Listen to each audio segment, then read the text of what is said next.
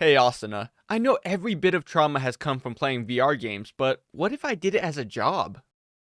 Go yourself. I just finished Sword Art Online Alicization, and I have to say, can you guys please stop commenting about how you would act if Asuna was your girlfriend? It's cringy. But if Asuna was my girlfriend, as always, it's up to me to change the name of this anime to something a bit more realistic. Yu-Gi-Oh! Vs. Wild, Taken, and finally Alice in Tsundere Land. If the most groundbreaking discovery of this entire anime was that Kayaba got game, then be sure to subscribe to both my channels and join my Discord. Let me give you a satire synopsis of this anime, which will contain spoilers. The anime begins with Kirito being a child in a virtual world, hanging out with his two friends, Alice and Yu-Gi-Oh! Since they are raised like kids from the 1980s, where parents didn't care where their kids were, as long as they were out of the house, they decide to go into a cave to find some ice. But it is important to note that this world has rules more strict than Magic the Gathering, meaning that they can't go into certain places. What about that shadowy place? That's beyond our borders.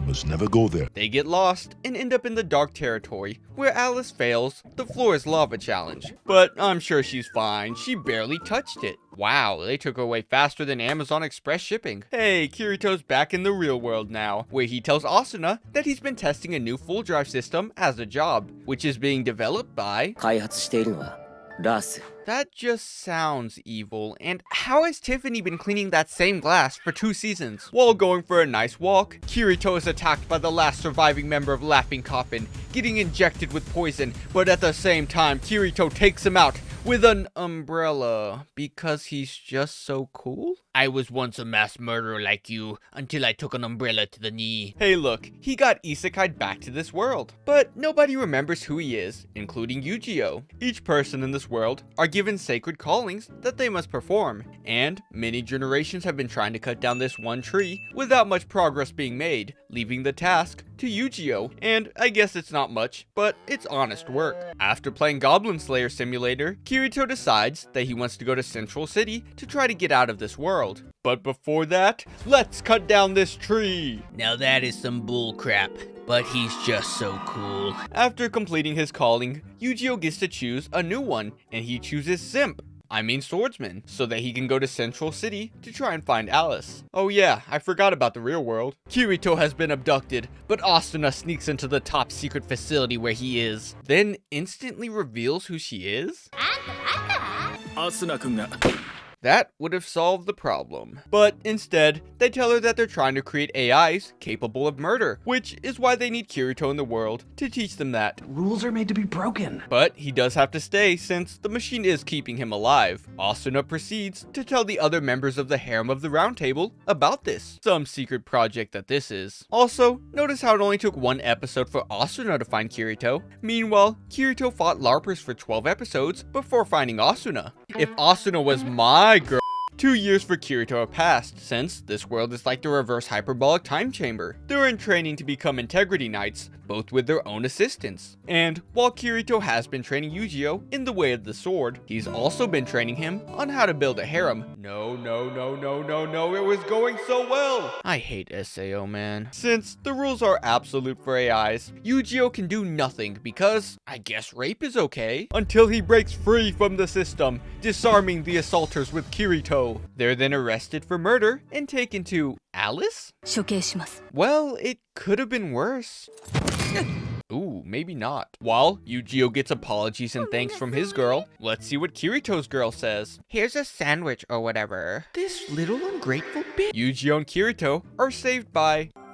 Wait just a second. I knew it. I would recognize that Umu anywhere. To explain it simply, Cardinal is just a copy of Quinella, who basically discovered cheat codes and now rules the world as a fake god. Classic admin abuse in SAO. If I had a nickel for every time this happened, I would have 3 nickels. Which isn't a lot, but it's weird that it happened 3 times. After Kirito pulls this administrator, because he's just so cool, they go on a quest to take down Quinella and maybe save the brainwashed Alice on the way. At this point in the story, it pulls a full-on Darling in the Franxx, because it goes downhill very quickly. They repeat the same formula. Find an enemy, try to Taku no Jutsu them mid-fight, beat them up, let them live, and move on to the next one. They eventually make it to Alice, one thing leads to another, and Kirito is stuck playing hangman with her. While Yu-Gi-Oh is fighting the strongest Integrity Knight and Humpty Dumpty, Mr. Steal Yo Girl is, well, stealing his girl. Because Integrity Knights have their memories taken away from them, after hearing about her past, Alice switches sides. Even though Kirito didn't mention Yu-Gi-Oh, maybe he was trying to steal his girl. Yu-Gi-Oh runs into Queen Ella, who says, "Nobody loves you, and I bet you want to get laid." Remove core protection. This man really folded his lifelong mission for some. Yeah. A win is a win. A win is a win. I don't care what y'all say. A win is a win. Now that Yu-Gi-Oh has been brainwashed, he beats up Kirito and heads back for round 2. But he decided to hit it and quit it, and switches back to himself. Cardinal appears, having the most unnecessary death of the anime. Queenella is naked. Yu-Gi-Oh T-poses, turning himself into a sword, sacrificing himself. Why is nobody talking about the fact that she's naked? Kirito has a costume change, and finally dual wields, because he's just so cool.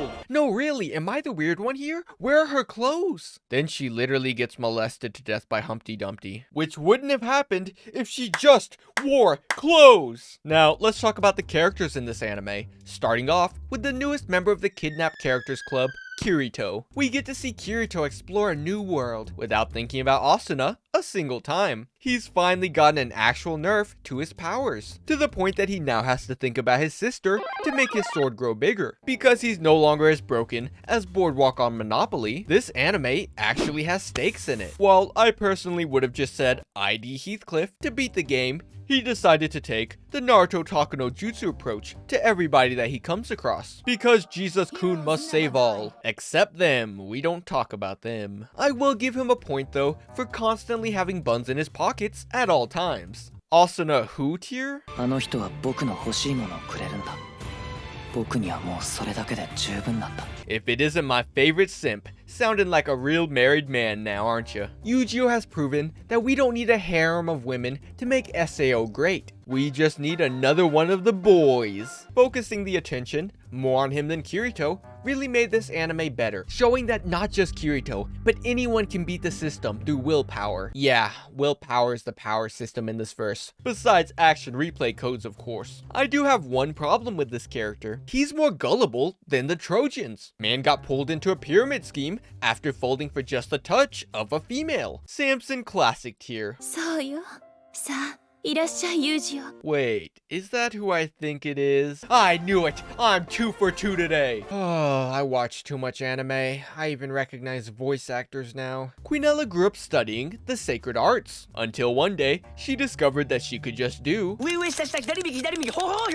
But how do you beat somebody with admin controls? The answer is, still a sword apparently. Sure would be a lot cooler if she wore clothes so I could get clips of her. She 100% saw an ad about the benefits of sleeping naked and said, yeah, I'll do that. It's no secret that if you've been on my channel, you know I have the worst takes of all time, which is why she's going in best gilf tier. Speaking of terrible takes, I think I'll make another. Alice was kind of underwhelming. She was a brainwashed badass character with a cool ability, but the moment they went rock climbing, she's suddenly a tsundere damsel in distress, the SAO classic. But honestly, they just didn't have enough time to flesh out her character like the other two. Still one of the best characters in SAO though, Baber tier. Time for final thoughts and rating the anime. The cast of this anime is without a doubt the strongest of all the SAOs that I've seen so far. Because I do mean this in the nicest possible way. To make a good SAO, you either have to get rid of Jesus-kun or the heartbroken harem. In this anime, we get new characters that have genuine emotion and character development, besides wanting to sleep with Kirito. Look at Yu-Gi-Oh, he was scared, but he overcame that in time, not instantly. I mean, even Kirito had character development. That being said, they did just throw in a few random characters for a few minutes, like Lena. I did think that they didn't handle the death of these characters very well either. For example, the death of the Cardinal, I sleep. The death of the Spider, real stuff, especially Yu-Gi-Oh. I say this because I honestly just thought he would come back. I mean, he's done it so many times before. I was also pretty sure that he would be in the next season, and he was bleeding out longer than One Piece has been running. I think I'll have to go rewatch it to get some kind of effect. I rewatched it and yeah, Past Lunar can shut up. If you know that he's gonna die, it is a little sad, especially when he says,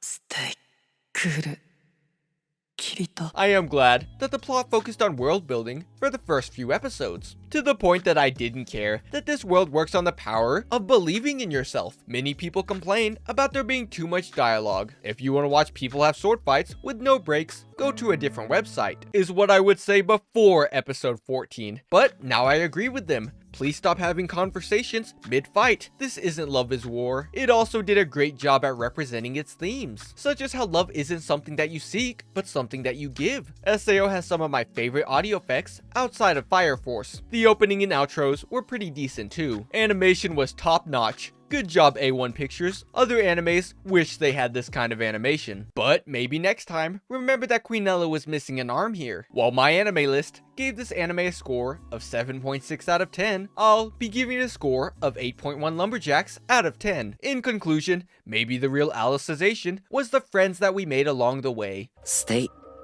cool. Hello, Braces Lunar here. Click here to check out my second channel. Click here to check out my recommended video. And click here to check out my most recent video.